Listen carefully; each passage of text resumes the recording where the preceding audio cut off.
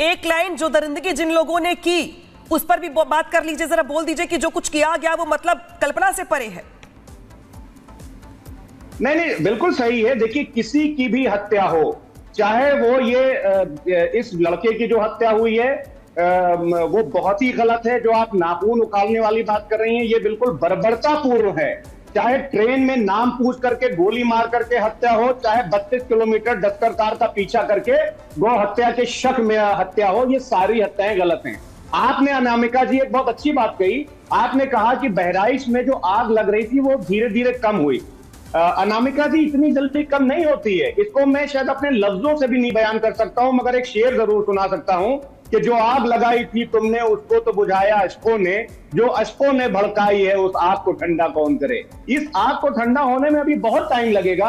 और दूसरी बात अनामिका जी, एक दैनिक जागरण जो कि माना जाता है हिंदी का बहुत बड़ा सर, किसी अखबार का किसी ब्रांड का नाम मत लीजिए प्लीज, प्लीज ऑन एयर, ये रिक्वेस्ट है मेरी। अच्छा ठीक है, चलिए जी, okay, it's all right. Hindi का एक बहुत बड़ा अखबार जो कि ये माना जाता है कि सरकार से काफी अलाइंड है, उसकी आज एक ये खबर है।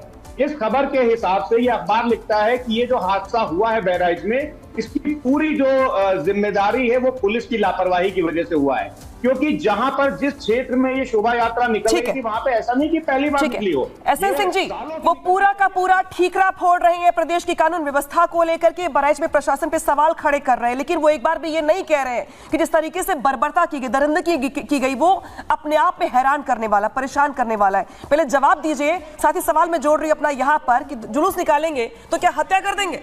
नहीं, देखिए, फराज की वजह से आपने जो सवाल पूछा सारा जवाब उन्होंने ही दे दिया। उन्होंने जवाब क्या दे दिया? अगर कोई अपराध करने वाला एक विशेष धर्म से होगा, मुस्लिम धर्म से होगा, और जिसका समाजवादी पार्टी को संरक्षण होगा, वो कुछ भी कर सकता है, उसके लिए छूट है। भाई, भारत माता को डायन इनके एक नेता कहे, आप बताइए किसने उनको गोली मार दिया? नहीं मारा। रामचरितमानस की प्रतियां जलाए, किसने इनको गोली मार दिया?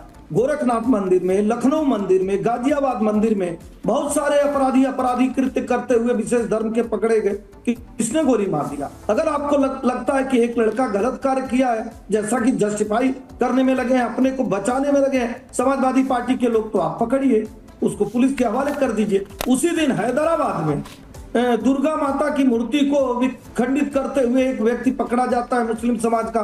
वहां के सभ्य समाज के लोग क्या करते हैं? उसको पुलिस के हवाले कर देते हैं। लेकिन बेशर्मी की हद देख रही है समाजवादी पार्टी के को देख रही है, क्योंकि उनके धर्म का, समाजवादी पार्टी का ये कि मुस्लिम धर्म का व्यक्ति हाजी जी कुछ बोल रहे हैं, मुस्लिम धर्म का व्यक्ति कोई भोजन करा दे, मुस्लिम धर्म का व्यक्ति किसी को गोली मार दे, वो सब जायज है? नहीं जायज है, संविधान में जायज नहीं है। अगर आपको लग रहा है तो ये दूसरे देश में जायज। आपने कहा मुख्यमंत्री जी क्या कर रहे हैं, आपको जानकारी है? ठीक है, हाजी जी जरा अपनी बात रख लीजिए, फिर मैं जाऊंगी पूर्व एसीपी के पास। हाजी जी, गंगारामपुर का, सहारनपुर का, कानपुर का, मेरठ में। एसएन सिंह जी, आपकी बात आ गई है, जरा हाजी जी को भी सुन लूं कि उनका स्टैंड क्या है। चूंकि धर्म की बात की आपने तो वो कुछ बोल रहे थे। हाजी जी अपनी बात रखिए, साथ ही मैं सवाल जोड़ रही हूं इसमें। हाजी जी, बात धर्म की तो है ही नहीं यहाँ, ठीक है, सांप्रदायिक हिंसा हुई।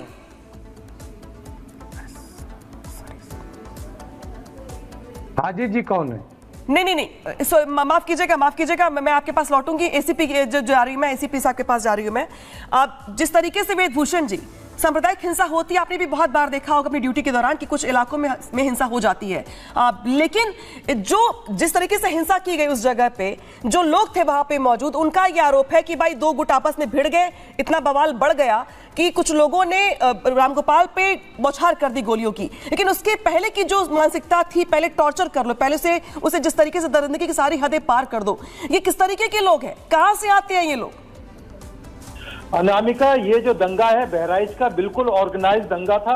यदि दंगे में एकदम से लाखों हजारों आदमी या इस तरह रिवॉल्वर या इस तरह की बर्बरता नहीं करते।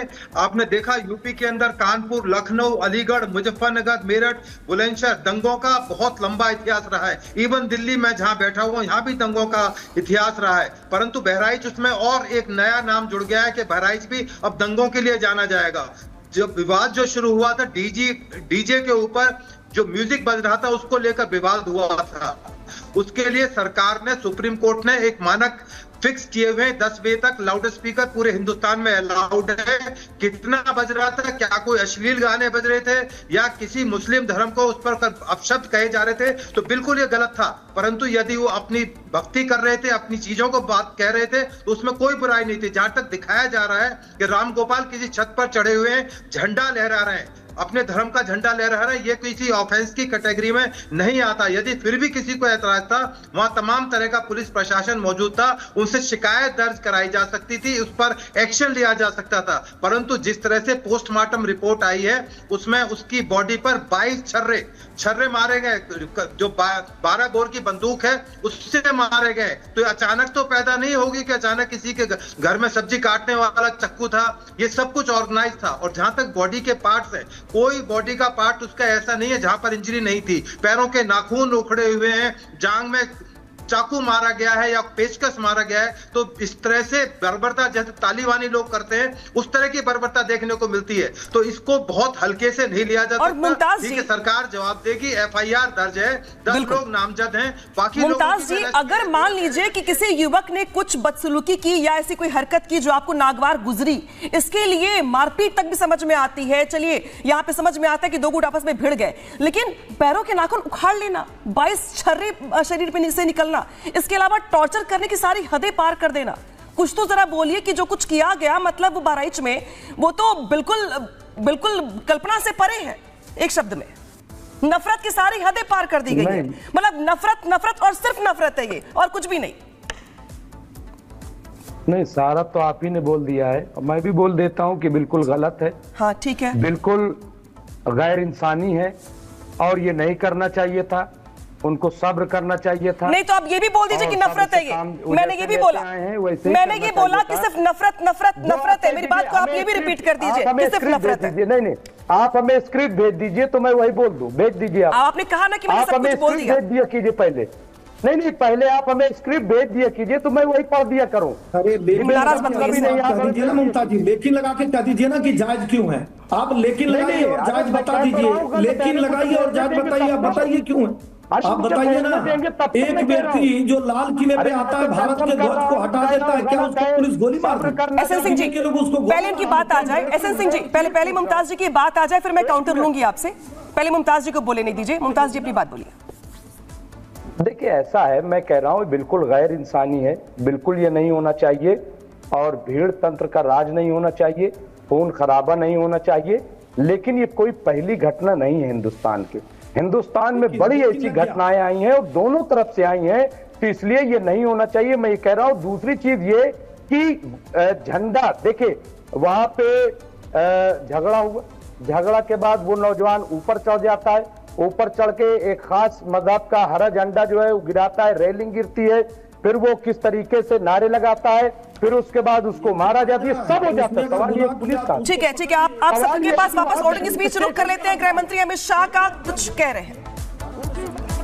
और ये प्रण हरियाणा के लोगों ने लिया है कि हम मोदी जी के उस संकल्प को 2047 तक जो विकसित राष्ट्र बनाने का संकल्प आदरणीय मोदी जी ने लिया है, उसको आगे बढ़ाने का हम कार्य करेंगे।